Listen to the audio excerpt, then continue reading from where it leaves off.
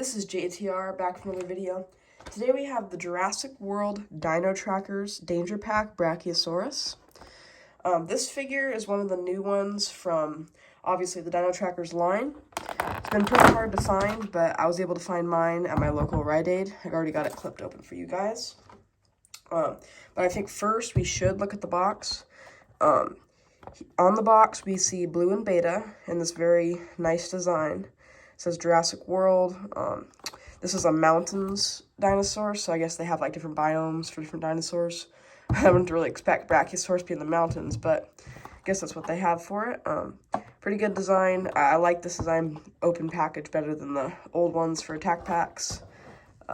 Here's the other 4 in the assortment you can get. Just a bunch of safety warnings, how you use a scanning code, all kinds of stuff back there. But let's look at the paint application for this figure.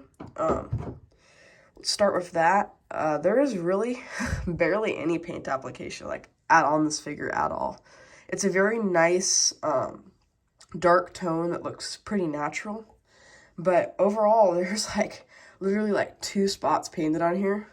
We get this little speckling, and bottom jaw is a different color than the rest of the body, and it's supposed to kind of fade up, but it looks really crappy because it's like the printed on look, and it just looks really bad. The eye has just all black. It looks fine, I guess, because it's supposed to be a baby Brachiosaurus, but I mean, look at the paint on this thing. It's terrible. It's literally just Mattel before they because obviously machines are making these, but before, how can we design this? Just throw just a little bit of paint on there and call it good, but at least it's a darker tone and not some bright blue or green, because it would look even worse. But that's it for paint. Inside the mold, you can see a little bit of a dark dots of sand or something. That looks decent, but if they would have just put some neck paint going down to the underbelly, that would have looked nice. They didn't even have to fully do it, but compared to previous ones, this was from a pack, I think, for Dino Escape. I think this one was for Dino Escape too. The paint's much better. We get this dark brown on the back all the way up to the head, and then this nice tan all the way up to the bottom jaw, and it looks really nice, really nice. And even on this one, which should be cheaper paint-wise, it is a little bit bright, but we still do get a lot of paint, even though this is with a human. Comes in the set. We get full back paint up on the neck, and then not as far down underbelly paint, but you can still see a lot of paint going up the neck, and this looks so much better. I mean, if you guys look at all 3 of these, you can totally tell that one's not the dominant one. And especially if Mattel's figures price points keep going up, it's too bad that we have to deal with this. But I think that we should move on to the sculpt detail, because I don't think I've reviewed these ones in the past. Overall, it's pretty nice. You can see some osteoderms, but it kind of looks bad with this. I do like this little design, even though it's not much. It looks okay, but it covers up the osteoderms. It just looks weird. Even they could have used the same amount of paint and just painted each osteoderm with that, and that would look really nice, even without a bunch of other paint. But I guess they just decided not to do that, and it's on both sides. There is some osteoderms because it's just cut in half and put to both parts. The tail has some sculpting. The legs have a lot more detailing in them compared to the other parts of the body. You can see little creases, scales. The underbelly, barely any detailing. The tail kind of creases down pretty well, but in the head, you can see little nose holes. Right by the eye, it's pretty detailed, but just generic Mattel overall. So yeah, that's the detailing. We should move on to the articulation next. Articulation, we do get some decent articulation. We get leg articulation on both sides, obviously. The tail swivels, but it really only has one spot that it's going to stay, right here, I think, because it has to align. But yeah, it does move. The neck does move, and this has been on figures prior to the Dominion line, but I do love that in all of the Danger packs, we are getting neck articulation still, because prior to the Dominion line, we didn't get neck articulation on this assortment, and I feel like it really makes it much more desirable than rather just getting a figure that just stays like that and all you get to do move is the legs. It feels really nice.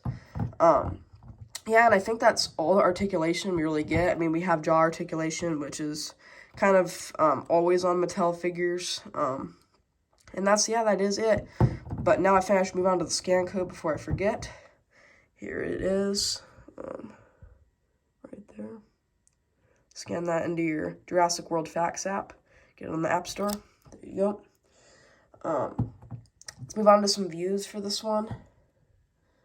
This one, it should be able to fit, unlike my last review. View 1. View 2. View 3. View 4. Now let's do a quick size comparison compared to some of the other well-known Jurassic World figures. So let's put like the $50 price range of figures, so like T-Rex, Spinosaurus size. This is Hammond Collection Tyrannosaurus Rex.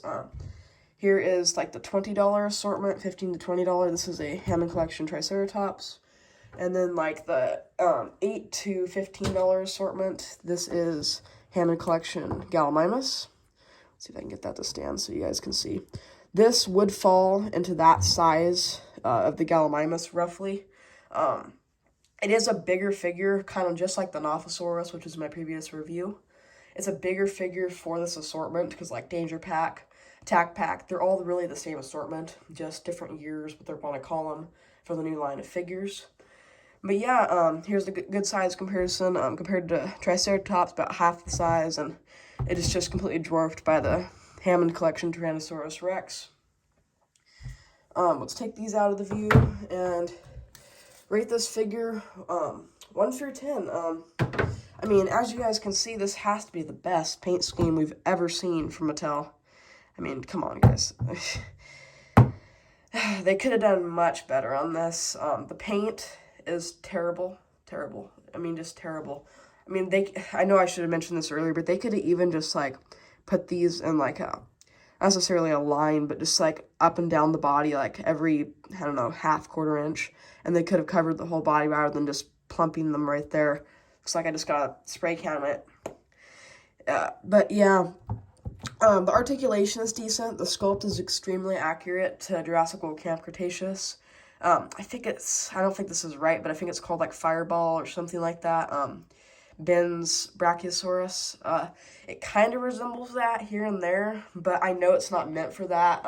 Partly because it's not Camp Cretaceous, partly because it's just in this new line of figures, which is 2 lines past for the Camp Cretaceous. So the one thing that I see that's actually more abrupt than unusual figures is the speckling on it. It looks pretty decent. You don't really see that much usually, and that's one thing that gives it more of that nice mountain vibe to it. So overall, for Mattel, sculpt and everything, 1 through 10, I'd give this, I guess, like a 3.5. I mean, there's so much more they could have done to it. I mean, at this point, it literally looks like just some dollar store bin dinosaur. I mean, the sculpt's Jurassic Parky. I mean, that's it, though. I mean, literally, there's 0 paint on this thing. Just erase the little bit of paint, looks like a prototype. But yeah, I'd just give it a 3.5. Well, thank you guys all for watching this review. Please consider subscribing and liking the video. I have an Instagram. You can head over to my Instagram. It's Jurassic Tree Official. And thank you guys all so much for watching. I hope you have a nice rest of your day. See you later.